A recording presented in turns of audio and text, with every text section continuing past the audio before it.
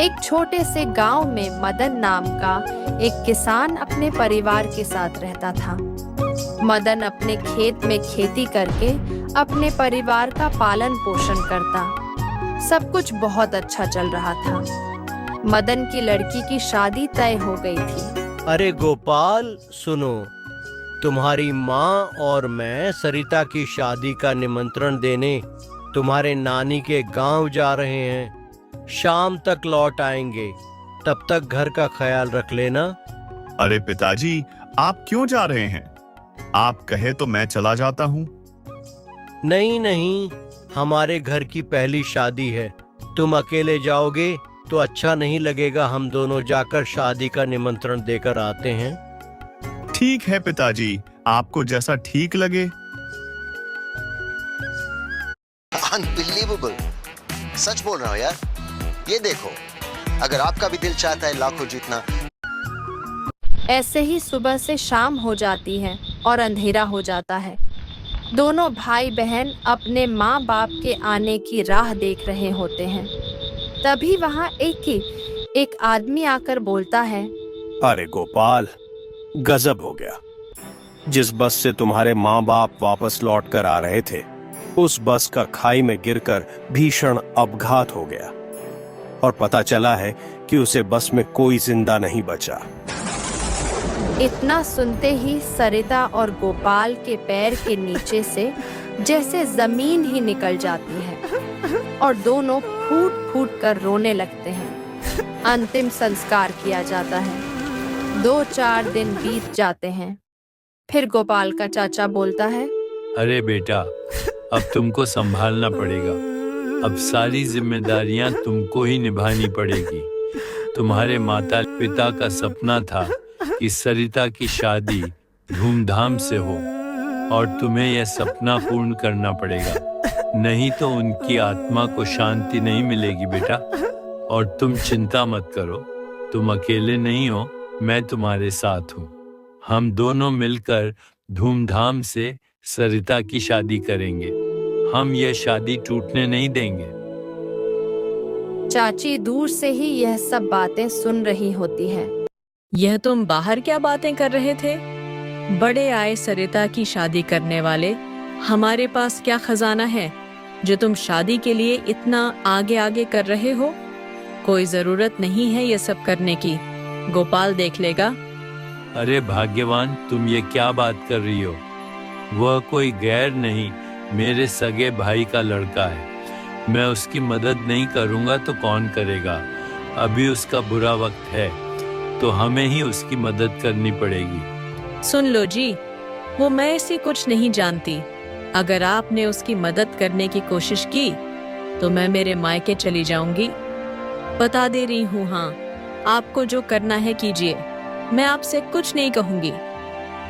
चाचा सोच में पड़ जाता है और थोड़ी देर बाद गोपाल के पास जाकर बैठ जाता है और बोलता है, अरे गोपाल बेटा, तुम्हारी चाची की माँ की तबीयत जरा ज्यादा ही खराब हो गई है, तो हमें तुरंत ही निकालना पड़ेगा। हाँ चाचा जी, अगर ऐसी बात है तो आप चाची को लेकर अभी चले जाइए। ये सब कहकर चाचा वहां से चले जाते हैं। कुछ दिन ऐसे ही बीत जाते हैं। लड़के वालों के यहाँ सरिता की होने वाली सास कहती है, अजी सुनते हो, मुझे लगता है हमने हमारे लड़के की शादी तय करते वक्त थोड़ा कम दहेज मांग लिया है, क्योंकि मेरी एक रिश्तेदार मुझे कह रही थी कि अगर तुम मेरे पहचान में शादी करवाती तो मैं इससे भी ज्यादा दहेज दिलाकर देती। क्या आपको नहीं लगता कि हमने दहेज थोड़ा काम ले लिया है? पर भाग्यवान, अब हम कर भी क्या सकते हैं? अब तो शादी तय हो चुकी है और शादी तय करते वक्त हमने दहेज भी तय कर लिया है। अब दहेज को बढ़ाया नहीं किया जा सकता। वो हमारे बारे में क्या सोचेंगे? अब हम कुछ नहीं कर सकते। पर आप अगर मेरी बात माने तो मेरे पास एक तरकीब है, क्योंकि जिस दिन सरिता के पिताजी दहेज लेकर आए थे तब गोपाल उनके साथ तो नहीं आया था। हम उसे कह देंगे कि तुम्हारे पिताजी ने 30,000 नहीं, सिर्फ 10,000 ही दिए थे। हाँ, तुम सही कह रही हो। यही अच्छा मौका है उनसे और पैसे निकलवाने का। मैं कल ही उनके घर जाता हूँ। अगली सुबह सरिता का होने वाला ससुर वहां पहुंचता है और बोलता है, अरे गोपाल बेटा, कैसे हो? मैं बहुत दिनों से आने की सोच रहा था, पर इतना सब कुछ हो गया तो तब मैं शादी की बात को आगे बढ़ाना सही नहीं समझा। लेकिन कभी ना कभी तो हमें यह करना ही पड़ेगा। तो मैंने सोचा कि कुछ बातें अभी तुमसे लेनी चाहिए। अभी घर में तुम ही एक बड़े हो, तो तुम्हें ही सारे फैसले करने पड़ेंगे। और अब तुम्हारे पिताजी की जगह पर तुम ही हो, तो मुझे तुमसे ही बात करनी होगी। बोलिए ना, क्या बात है? वो क्या है ना, जब तुम्हारे पिताजी दहेज देने आए थे तो उन्होंने सिर्फ 10,000 ही दिए थे। 20,000 शादी से पहले दे देंगे ऐसा वादा किया था। यह आप क्या बात कर रहे हैं? पर मेरे पिताजी ने तो मुझे ऐसा कुछ नहीं कहा था। हाँ बेटा, पर तुम तो वहां नहीं थे ना। तुम तो पढ़ाई के लिए बाहर गए थे। शायद तुम्हें नहीं बताया होगा, पर क्या करें, जो है तय हुआ था उसी तरह से ही होगा। अब बाकी के 20,000 तुम्हें ही देने पड़ेंगे।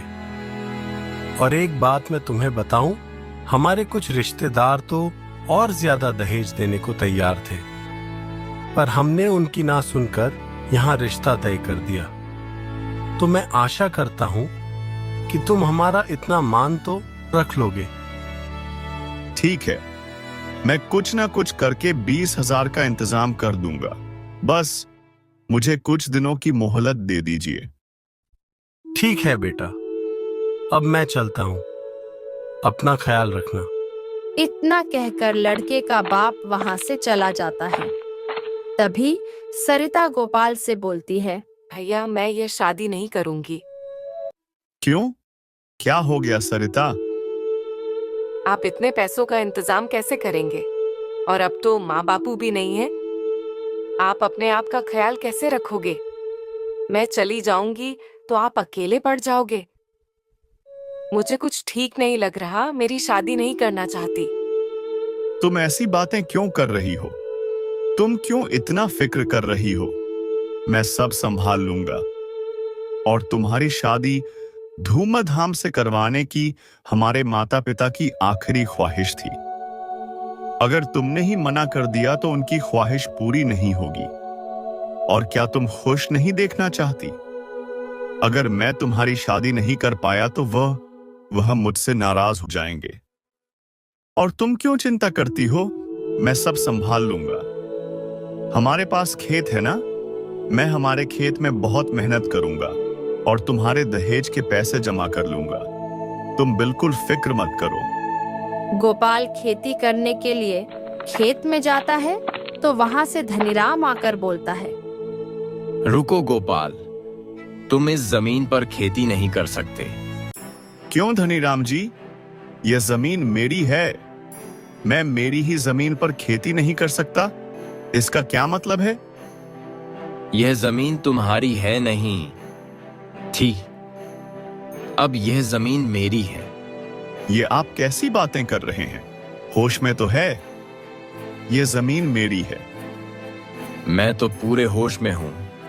लगता है तुम ही होश में नहीं हो। अपने माँ बाप को खोने की वजह से तुमने होश खो दिया है। मेरी ही जमीन पर खड़े होकर मुझसे बहस करते हो। ये क्या बकवास है? ये जमीन मेरी है। आप इसे अपनी जमीन कैसे कह सकते हैं? क्योंकि तुम्हारे पिताजी ने मुझे तुम्हारी बहन की शादी के लिए यह जमीन बेचकर पैसे लिए हैं, इसलिए यह जमीन अब मेरी है। यह सरासर झूठ है। धनीराम, मेरे पिताजी ने तुमसे कोई पैसे नहीं लिए। अगर ऐसा होता तो वह मुझे बताते। और वैसे भी मेरे पिताजी को पैसे लेने की जरूरत थी ही नहीं। उनके पास पैसे थे। अगर उन्हें पैसे ही चाहिए होते तो वह जमीन गिरवी रखते, ना कि उसे बेच देते। मेरे पिताजी ने कभी भी मुझे जमीन के बारे में कुछ नहीं बताया। अगर ऐसा सचमुच हुआ होता तो वह मुझे बताते। तुम झूठ बोल रहे हो। ये सब नाटक मेरे सामने मत करो। यह जो तेरे लिए जमीन आए थी, जमीन अब मेरी है और इस पर तुम्हारा कोई अधिकार नहीं है। निकलो यहां से। धनीराम, यह तुम ठीक नहीं कर रहे। मेरे माँ बाप के गुजरने का फायदा उठा रहे हो। तुम्हारे पास क्या सबूत है कि यह जमीन तुम्हारी है? और मेरे पिताजी ने तुमसे पैसे लिए थे। मेरे पास सबूत है। यह जमीन मेरे नाम पर है। इसके कागजात भी मेरे पास है। उस पर साफ साफ लिखा है कि यह जमीन अब मेरी है। मैं ही इस जगह का मालिक हूं। अब निकलो यहां से। यह सरासर झूठ है, गलत है। धनीराम, मैं तुम्हें छोड़ूंगा नहीं। मैं पंचायत में जाऊंगा। अरे जाओ जाओ, जिसके पास जाना है। अब जमीन मेरी है और मेरी ही रहेगी। तुम कुछ भी कर लो, ये जमीन मैं तुम्हें वापस नहीं दूंगा। इसके बदले मैं तुम्हारे पिताजी को पैसे दे चुका हूं। गोपाल गुस्से से घर जाता है। बहन पूछती है, क्या हुआ भैया, आप जल्दी आ गए और बहुत गुस्से में भी लग रहे हो। कोई बात हुई है क्या? सरिता, हमारे माँ बाप के गुजरने का लोग फायदा उठा रहे हैं। वह सेठ धनीराम हमारी जमीन को अपनी जमीन बोल रहा है, जबकि पिताजी ने उसे कोई जमीन नहीं बेची है। फिर भी कहता है कि पिताजी ने उससे जमीन बेचकर पैसे लिए हैं। अगर ऐसा ही होता तो पिताजी हमें इस बारे में बताते। यह सारा सब झूठ है। मैं इस बात को मान ही नहीं सकता कि पिताजी जमीन बेच सकते हैं। अरे वह जमीन कितनी पुरानी है और कितनी उपजाऊ है। पिताजी उसे जमीन को कभी बेच ही नहीं सकते। वही तो हमारे जीने का सहारा है। भैया, अब हम क्या करेंगे? वो जमीन वापस कैसे लेंगे? सरिता, उस जमीन के कागजात हमारे पास होंगे ना। जाओ, जाकर तुम देखो और मुझे दे दो। मैं अभी सरपंच जी के पास जाता हूं।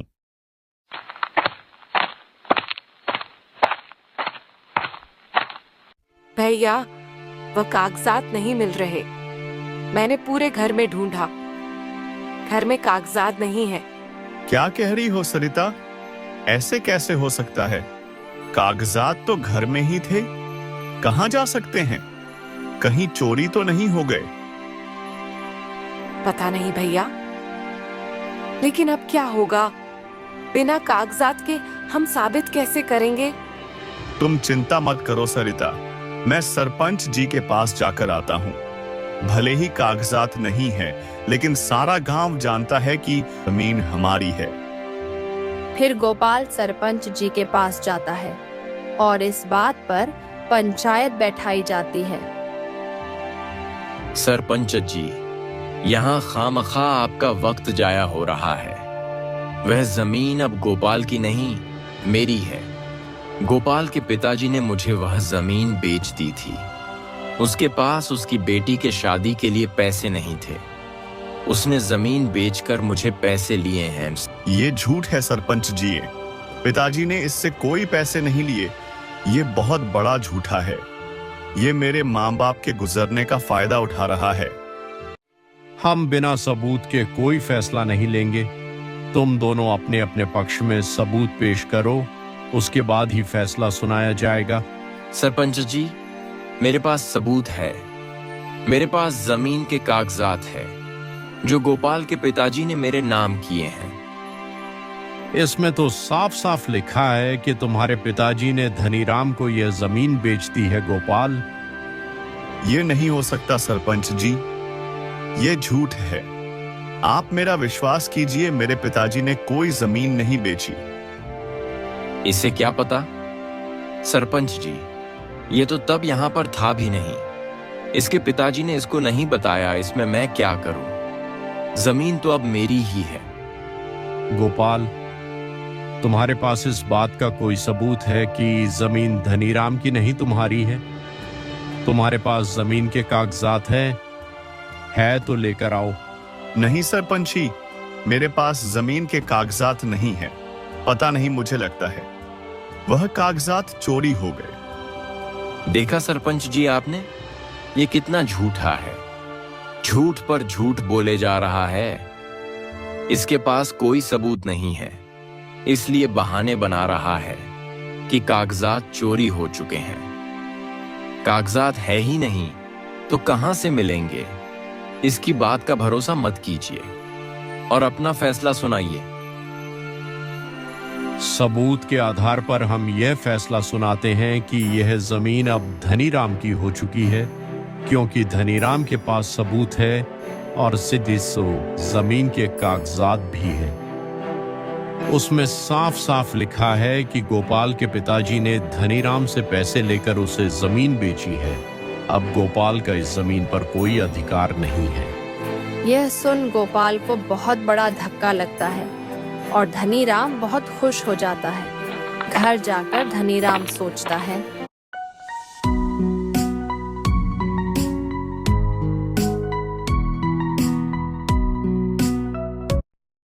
ये हुई ना बात, मानना पड़ेगा मेरे दिमाग को। देखा रेखा, कितनी आसानी से मैंने गोपाल की जमीन हड़प कर ली।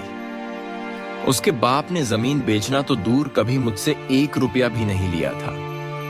अपने आप को बहुत बड़ा स्वाभिमानी जो समझता था, उसकी जमीन पर मेरी कब से नजर थी। मैंने उससे बहुत बार बड़ी बड़ी रकम देनी चाहिए, लेकिन उसने जमीन बेचने से साफ साफ मना कर दिया। कुछ भी बोलो, उसकी जमीन बहुत उपजाऊ है। मुझे यह जमीन किसी भी हालत में चाहिए थी। वाह ऊपर वाले, तेरा खेल ही निराला है। तूने तो मुझे बिना पैसे के ही जमीन दिलवा दी। अच्छा हुआ जो दोनों मर गए। अगर वह दोनों ना मरते तो मुझे यह जमीन नहीं मिल पाती, और मैंने बड़े ही चालाकी से उसके घर से वह कागजात चोरी करा लिए। बेचारा गोपाल, उसे एक सबूत भी नहीं मिल पाया। और तो और मैं पटवारी को पैसे खिलाकर जमीन अपने नाम पर करवा ली। इसे कहते हैं दिमाग। अब वह गोपाल कुछ भी कर ले, मुझसे जमीन नहीं ले सकता। अब जमीन मेरी हो चुकी है। मेरा बहुत पुराना सपना अब पूरा हुआ है। आज मैं बहुत खुश हूँ। भैया, अब हम क्या करेंगे? हमारे पास तो कमाई का वही एक जरिया था। अब हम हमारा गुजारा कैसे करेंगे? उस धनीराम ने बड़े ही चालाकी से हमारी जमीन हड़प कर ली। तुम चिंता मत करो सरिता, मैं कुछ ना कुछ जरूर करूंगा। कुछ दिन ऐसे ही गुजर जाते हैं। एक दिन धनीराम के एक कारखाने में आग लग जाती है और उसका बहुत बड़ा नुकसान हो जाता है। हे भगवान, अब मैं क्या करूंगा? मेरा तो बहुत बड़ा नुकसान हो गया। इस कारखाने के लिए तो मैं बहुत बड़ी बड़ी रकम बड़े बड़े व्यापारियों से उधार ले रखी थी। उन्हें पैसे कहां से लौटाऊंगा? तभी उसके घर एक सेठ आता है और बोलता है, धनीराम, तुमने अब तक मेरे पैसे नहीं लौटाए। मैं पैसे लेने आया हूँ। मेरे पैसे मुझे वापस चाहिए। अरे अमर सिंह, तुम्हें तो पता है मेरा अभी अभी कितना बड़ा नुकसान हुआ है। मैं जानता हूं तुम्हारे पैसे देने हैं, लेकिन अभी मेरे पास पैसे नहीं हैं। वक्त देखकर तो पैसे मांगो। मेरे ऊपर बहुत बुरा वक्त आया है। मैं इस समय पैसे नहीं दे सकता। वह मैं कुछ नहीं जानता धनीराम, मुझे मेरे पैसे अभी चाहिए। तुम्हारे कारखाने में आग लगी है, मैं जानता हूं, लेकिन इसमें मैं क्या करूं? मेरी बात तो सुनो अमर सिंह, मुझे कुछ दिनों की मोहलत दो। मैं तुम्हारे पैसे जल्दी लौटा दूंगा। मैं कुछ नहीं जानता।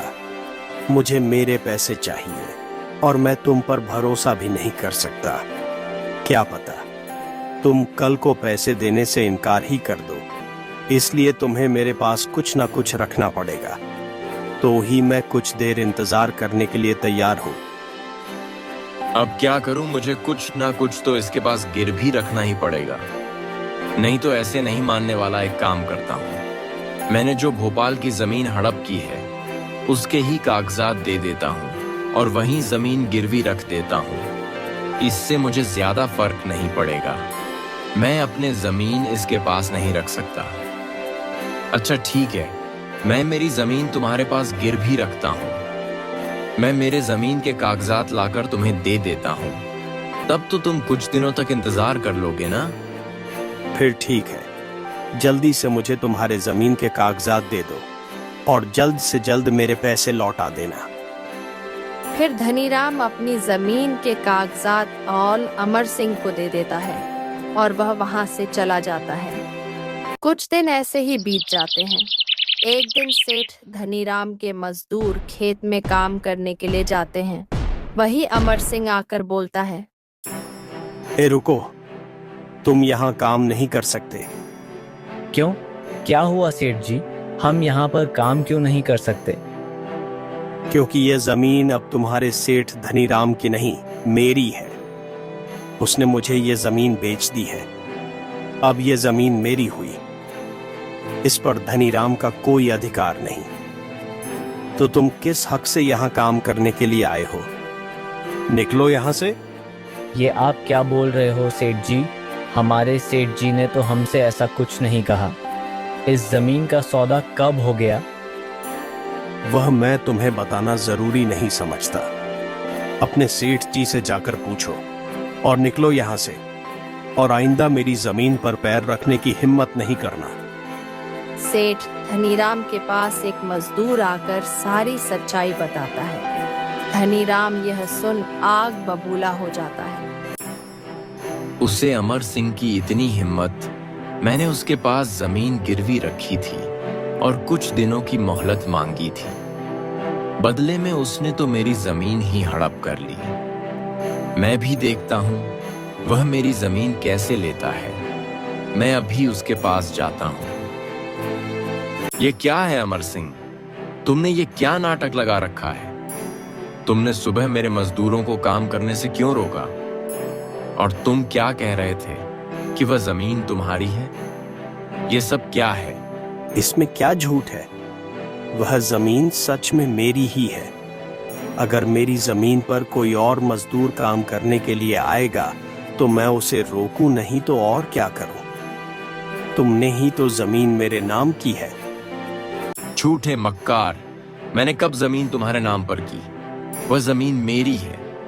और भला मैं मेरी जमीन तुम्हारा नाम पर क्यों करूंगा? क्योंकि तुमने उसके बदले मुझे पैसे लिए थे।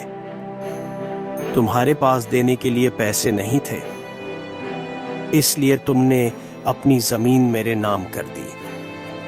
अब उसे जमीन पर तुम्हारा कोई अधिकार नहीं। वह जमीन मेरी है। तुम ऐसे नहीं मानोगे। मैं अभी सरपंच जी के पास जाता हूं। अब इस बात का फैसला पंचायत में ही होगा। सरपंच जी, इसने धोखे से मेरी जमीन हड़प कर ली है। यह मेरी जमीन को अपनी जमीन बता रहा है, जबकि सब जानते हैं कि वह जमीन मेरी है। मैं भला अपनी जमीन किसी और को क्यों बेचूंगा? नहीं सरपंच जी, यह बहुत बड़ा झूठा है। झूठ बोल रहा है। इसने मुझसे पैसे लिए थे और बदले में इसने अपनी जमीन मेरे नाम पर कर दी थी। क्योंकि यह बात सबको पता है कि इसके कारखाने में आग लग चुकी थी। इसे बहुत बड़ा नुकसान हो गया था, इसलिए इसके पास मुझे देने के लिए पैसे नहीं थे। तो इसने अपनी जमीन बेचकर मेरा कर्ज भी लौटा दिया था और बचे कुछ पैसे भी मैंने इसे दे दिए थे। अब यह झूठ बोल रहा है। इसके मन में लालच आ गया है और यह फिर से अपनी जमीन वापस पाने के लिए साजिश रच रहा है। साजिश में नहीं, साजिश तू रच रहा है। तू बहुत बड़ा झूठा है। झूठ पर झूठ बोले जा रहा है। सरपंच जी, आप इसकी बातों पर भरोसा मत कीजिए। यह सरासर झूठ है। यह जमीन मेरी है और मैं अपनी जमीन नहीं बेची है। देखो भाई, हम बातों पर नहीं सबूत पर यकीन करेंगे। तुम्हारे पास इस बात का कोई सबूत है कि जमीन तुम्हारी है? तुम सबूत लेकर आओ। जो भी हमें सबूत देगा, फैसला उसी के पक्ष में सुनाया जाएगा। ठीक है सरपंच जी, मैं अभी अपने घर जाकर कागजात लेकर आता हूं। तभी दूध का दूध और पानी का पानी हो जाएगा। अमर सिंह जमीन के कागजात लेकर वापस आता है और सरपंच जी को दिखाता है। धनीराम, इस पर साफ साफ लिखा है कि यह जमीन तुम्हारी नहीं अमर सिंह की है। तुमने ही अमर सिंह के नाम पर यह जमीन की है, तो तुम अब झूठ क्यों बोल रहे हो? धनीराम आग बबूला हो जाता है और बोलता है, सरपंच जी, ये सब झूठ है। आपको जैसा दिख रहा है वैसा है नहीं। मैंने इसके पास सिर्फ जमीन गिरवी रखी थी, इसके नाम पर नहीं की थी। इसने मेरे साथ वही किया है जो मैंने गोपाल के साथ किया था। मैंने ऐसे ही गोपाल की जमीन अपने नाम करवा ली थी। मैंने पटवारी को पैसे दिए थे और पटवारी ने जमीन मेरे नाम पर करवा दी थी। इसने वही खेल मेरे साथ खेला है। यह जमीन इसकी नहीं है, यह जमीन मेरी है। इसने भी पटवारी को पैसे देकर यह जमीन अपने नाम की है। यह दस्तावेज नकली है। वहाँ खड़े सारे लोग दंग रह जाते हैं। धनीराम को होश नहीं रहता कि उसने क्या बोल दिया है। यह क्या है धनीराम? इसका मतलब तुमने गोपाल की जमीन धोखे से हड़प की है। उसके पिताजी ने वो जमीन तुम्हारा नाम पर नहीं की थी। जवाब दो धनीराम, तुमने पंचायत को गुमराह किया है, अब बोलते क्यों नहीं? धनीराम मन ही मन सोचता है, अब मैं क्या करूं, क्या बोलूं? मैं तो बुरी तरह से फंस चुका हूं। ये मैंने क्या बोल दिया? इतनी बड़ी भूल मुझे कैसे हो गई? मैं खुद ही अपने गुनाह कबूल कर लिया। यह कुछ बोलने लायक होगा तो ही बोलेगा ना सरपंच जी। इसने खुद के मुंह से ही कबूल कर लिया है कि इसने गोपाल को कैसे फंसाया है। इसने धोखे से गोपाल की जमीन हड़प की है। इसे लगा गोपाल के माँ बाप तो गुजर चुके हैं, किसी को कुछ पता नहीं चलेगा, और उसने इसी बात का फायदा उठाकर गोपाल से उसकी जमीन छीन ली, जबकि गोपाल के पिताजी ने इससे कभी 1 रुपया भी कर्ज नहीं लिया था। गोपाल के पिताजी मेरे बहुत अच्छे दोस्त हैं। एक दिन गोपाल ही मेरे पास आया था। उसने मुझे ये सारी बातें बताई। तब मैंने ठान लिया था कि मैं इस धनीराम को सबक सिखाकर रहूंगा। जो धनीराम ने गोपाल के साथ किया वही मैं धनीराम के साथ किया। अब धनीराम को समझ में आ गया होगा कि बुराई पर हमेशा सच्चाई की ही जीत होती है। बुराई आज तक न जीत पाई है और न जीतेगी। सच्चाई को भले ही समय लग जाए, लेकिन जीत सच्चाई की ही होती है। जो जैसा करता है उसे वैसा ही भरना पड़ता है। तुम बिल्कुल ठीक कह रहे हो अमर सिंह। तुम्हें शर्म आनी चाहिए धनीराम। तुम ऐसा कैसे कर सकते हो? तुम गोपाल के पिताजी के गुजरने का फायदा उठा रहे थे। धनीराम, अभी के अभी सारे जमीन के कागजात गोपाल को वापस करो। और इतना ही नहीं, तुम्हें गोपाल को इतने दिनों तक जमीन न होने की वजह से उसका जो नुकसान हुआ है, उसके नुकसान की भरपाई भी तुम्हें ही देनी पड़ेगी। धनीराम का सर शर्म से झुक जाता है। मुझे माफ कर दीजिए सरपंच जी। आप जो कहेंगे मैं करने के लिए तैयार हूं। मैं लालच में आ गया था। मैं क्षमा चाहता हूं। आपका बहुत बहुत धन्यवाद। अगर आप आज ना होते तो मैं अपनी जमीन कभी वापस नहीं पा सकता था। धनीराम ने तो मुझे पूरी तरह से फंसा दिया था। आज आपकी वजह से ही मुझे मेरी जमीन वापस मिली है। आपका यह एहसान मैं कभी नहीं भूलूंगा। आपने मेरी बहुत बड़ी मदद की है। एहसान किस बात का? गोपाल, तुम्हारे पिताजी मेरे बहुत अच्छे दोस्त हैं। मैं अपने दोस्त के लिए क्या इतना भी नहीं कर सकता? तुम अब चिंता मत करो। अब चिंता की कोई बात नहीं। तुम अपने खेत में मेहनत करो, खेती करो और आगे बढ़ो। कुछ दिन ऐसे ही गुजर जाते हैं। एक दिन गोपाल के घर लड़के वाले आते हैं। गोपाल उन्हें दहेज के पैसे देने वाला ही होता है। तभी अमर सिंह वहां पर आकर बोलता है, रुक जाओ गोपाल, इन्हें पैसे देने की कोई जरूरत नहीं है। अरे आप आइए ना, बैठिए। वह क्या है ना, मेरे पिताजी ने इन्हें 30,000 देने का वादा किया था, लेकिन वे 10,000 ही दे पाए। इसलिए बचे पैसे मैं आज दे रहा हूँ। कोई जरूरत नहीं है इन्हें पैसे देने की। यह बहुत बड़े ढोंगी, झूठे और मक्कार हैं। तुम्हारे पिताजी ने इन्हें पूरे पैसे दिए हैं, वह भी मेरे सामने। जब इन्हें दहेज के पैसे तुम्हारे पिताजी दे रहे थे तब मैं वहीं पर मौजूद था। गोपाल, यह लोग तुम्हारे पिताजी के गुजरने का फायदा उठा रहे हैं और तुमसे और पैसे ऐंठना चाहते हैं। इन धोखेबाज और मक्कार लोगों से रिश्ता जोड़ने की कोई जरूरत नहीं है। क्या ये आप क्या कह रहे हैं? हाँ गोपाल, ये सच है। अगर तुम्हें भरोसा नहीं है तो इन लोगों से ही पूछ लो। बोलो, चुप क्यों खड़े हो? क्या मैं झूठ बोल रहा हूं? तुम लोगों को शर्म आनी चाहिए। तुम लोग पैसों के लिए इतना गिर जाओगे, यह मैंने कभी सोचा भी नहीं। हमें माफ कर दो गोपाल, हमसे गलती हो गई। हमारे मन में लालच आ गया था। हमें माफ कर दो, यह रिश्ता मत तोड़ो। तुम जैसे झूठे और मक्कार लोगों के घर में अपने बहन का रिश्ता कभी नहीं जोड़ूंगा। अभी के अभी मेरे पिताजी ने तुम्हें जो दहेज के पैसे दिए थे वह मुझे वापस चाहिए। ऐसा मत करो बेटा, यह रिश्ता मत तोड़ो। क्यों? अब क्या हो गया? उसी दिन तो तुम बड़ा कह रहे थे कि तुम्हारे बेटे के लिए तो लाइन लग रही है, हमसे भी ज्यादा दहेज मिल रहा है, तो वहीं पर जाकर रिश्ता करो। मुझे अपने बहन के लिए ऐसे रिश्ते की कोई जरूरत नहीं जो पैसों के लिए इतना गिर सकते हैं। मुझे मेरे पैसे वापस करो और दफा हो जाओ यहाँ से। फिर लड़के वाले गोपाल को पैसे लौटा देता है और गोपाल उससे भी अच्छे खानदान में और बहुत अच्छे घर में सरिता की धूमधाम से शादी करवाता है।